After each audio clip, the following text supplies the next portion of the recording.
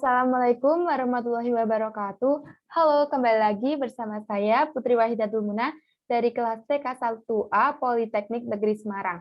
Pada kesempatan kali ini, saya akan menjelaskan sedikit materi mengenai common collector atau emitter flower.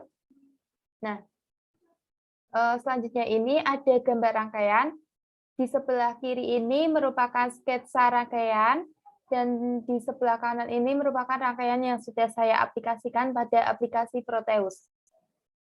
Selanjutnya yaitu sifat-sifat common collector sebagai berikut. 1. Impedansi input tinggi. Yang kedua, impedansi output rendah. Yang ketiga, penguatan arus besar. Yang keempat, penguatan tegangan kurang dari 1. Yang kelima, penguatan daya kecil. Dan yang terakhir, tidak mengalami perubahan fase pada output. Selanjutnya ini ada langkah-langkah.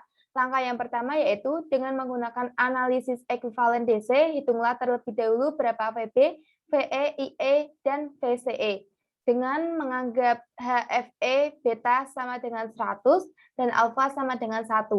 Nah, di sini VB didapatkan hasil 3,75 volt, IC sebesar 4,037 mA, IE sebesar 4,07737 mA, dan VE sebesar 2,77 volt, dan VCE sebesar 9,23 volt. Untuk langkah selanjutnya yaitu pindahkan satu daya ke posisi on dan sinyal generator belum dimasukkan, ukurlah besarnya VB, VE, IE, dan VCE dengan menggunakan voltmeter dan ampermeter. Nah, VB di sini diketahui 3,64 volt, VE sebesar 2,93 volt, IE sebesar 4,31 mA, dan VCE sebesar 9,07 volt. Nah, di sini saya akan mempraktekkan langsung ke aplikasi Proteus bahwa sinyal generator ini belum dimasukkan, tetapi dalam kondisi switch on. Saya atur dulu. Nah, ini switch dalam kondisi on, saya run.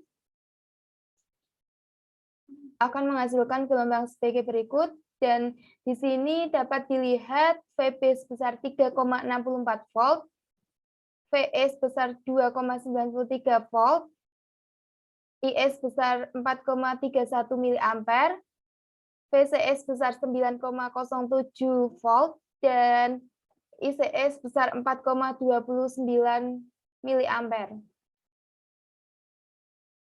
Lalu selanjutnya kita kembali lagi ke PowerPoint untuk langkah selanjutnya.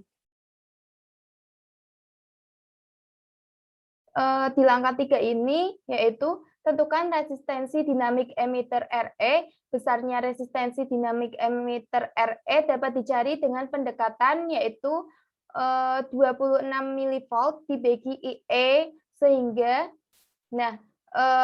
RE di sini menghasilkan dua hasil ya. Yang pertama ini dari IE hasil pengukuran, dan yang kedua ini IE-nya dari hasil perhitungan.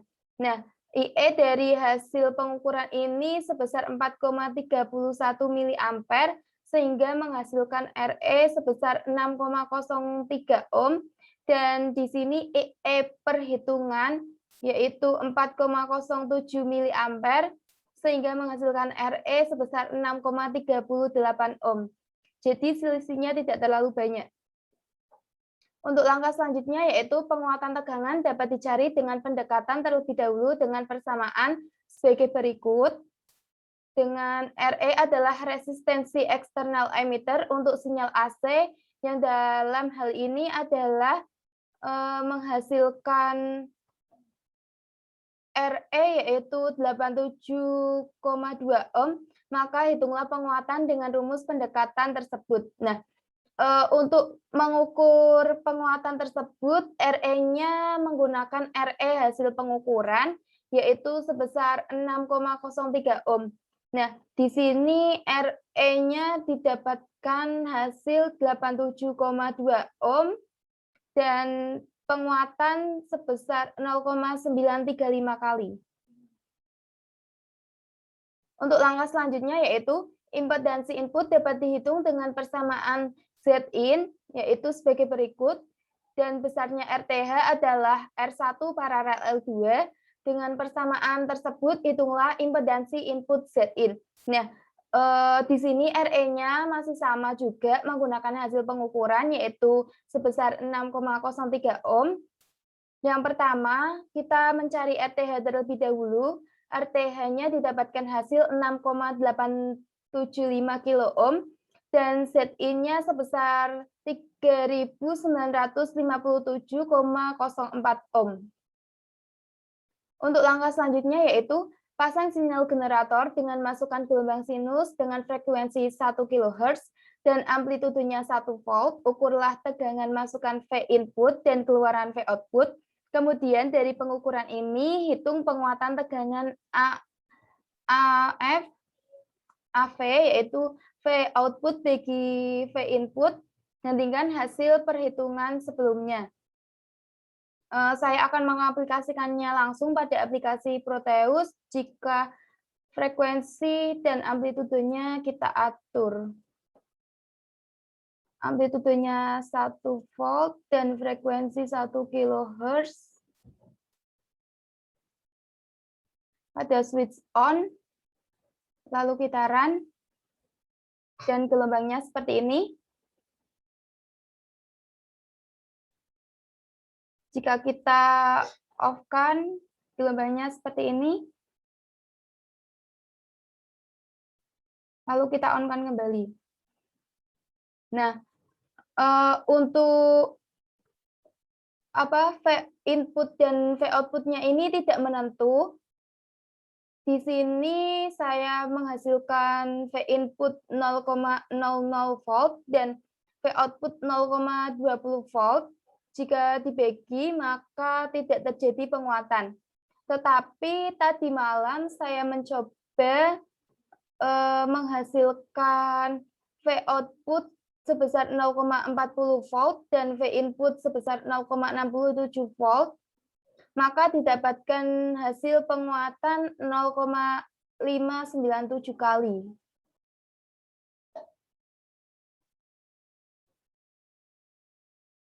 Untuk langkah selanjutnya yaitu ukurlah beda fase antara input dan output pada frekuensi tersebut. Nah, beda fase pada rangkaian ini adalah 0 derajat. Untuk langkah selanjutnya, hitunglah daya input Pin dengan persamaan sebagai berikut, dan hitunglah pula daya yang disisipkan pada beban keluaran P output dengan persamaan sebagai berikut. Nah, P input di sini menghasilkan 0,1 miliwatt, dan P output di sini menghasilkan 4,5 miliwatt. Untuk langkah selanjutnya yaitu dengan menggunakan hasil perhitungan dapat dihitung penguatan daya AP, yaitu daya AP tadi di sini P output-nya sebesar 4,5 miliwatt dan P input-nya sebesar 0,1 miliwatt, maka terjadi penguatan sebesar 45 kali.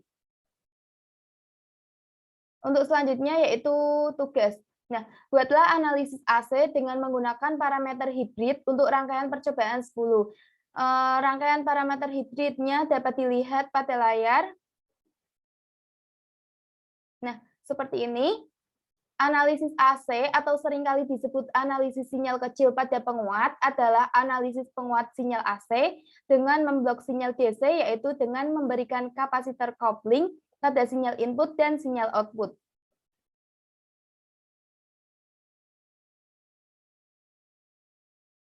Untuk langkah selanjutnya yaitu ada pertanyaan. Pertanyaan yang pertama yaitu mengacu pada gambar rangkaian percobaan, apa yang menyebabkan terjadi perbedaan antara perhitungan tegangan bias DC dengan hasil pengukuran. Mengacu dari gambar rangkaian percobaan, yang menyebabkan terjadinya perbedaan antara perhitungan tegangan bias DC dengan hasil pengukuran adalah adanya pengaruh kapasitor yang terpasang. Pada perhitungan tegangan bias DC, kapasitor terpasang diabaikan atau di-open, sedangkan pada pengukuran pengaruh kapasitor masih ada karena pengaruh sinyal sinus yang dimasukkan. Untuk pertanyaan selanjutnya yaitu, Berapa beda fase antara input dan output pada emitter flower? Beda fase antara input dan output pada emitter flower adalah 0 derajat. Untuk langkah selanjutnya yaitu buatlah rangkaian ekuivalen sinyal kecil dengan menggunakan parameter hibrid, cari data transistor, dan kemudian hitung penguatan berdasarkan parameter tersebut. Nah, di sini merupakan gambar rangkaian ekuivalen, dan saya belum melakukan perhitungannya.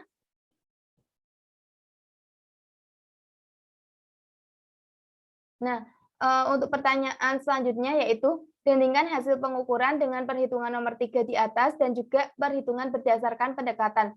Berikan komentar Anda. Nah, karena di nomor 3 tadi saya belum melakukan perhitungan, maka kemungkinan perhitungan dan hasil praktek yang dilakukan terdapat beberapa sedikit perbedaan. Tetapi perbedaan masih dalam batas toleransi. Nah, kesalahan-kesalahan yang dapat terjadi dimungkinkan bisa terjadi dikarenakan pembulatan dalam perhitungan, kesalahan pembacaan, toleransi dalam komponen, maupun alat yang digunakan. Untuk selanjutnya yaitu kesimpulan. Nah, kesimpulannya yaitu common collector adalah salah satu bentuk penguat pada transistor, di mana kaki emitor digunakan sebagai common atau ground. Yang selanjutnya yaitu nilai penguatan tegangan yang dihasilkan adalah negatif atau mengalami pelemahan sebesar 0,95 kali. Yang selanjutnya yaitu nilai penguatan daya adalah sebesar 45 kali.